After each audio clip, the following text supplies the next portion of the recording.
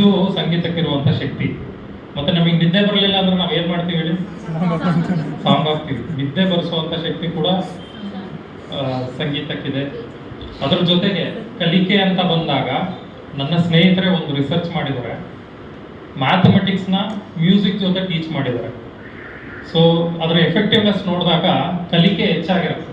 ಅಂದರೆ ಗಣಿತ ವಿಷಯವನ್ನು ಸಂಗೀತದ ಜೊತೆ ಕಲಿಸಿದಾಗ ಕಲಿಕೆ ಹೆಚ್ಚಾಗಿರೋದು ಎಕ್ಸ್ಪರಿಮೆಂಟಿಂದ ಕಂಡು ಬಂದಿದೆ ಸರ್.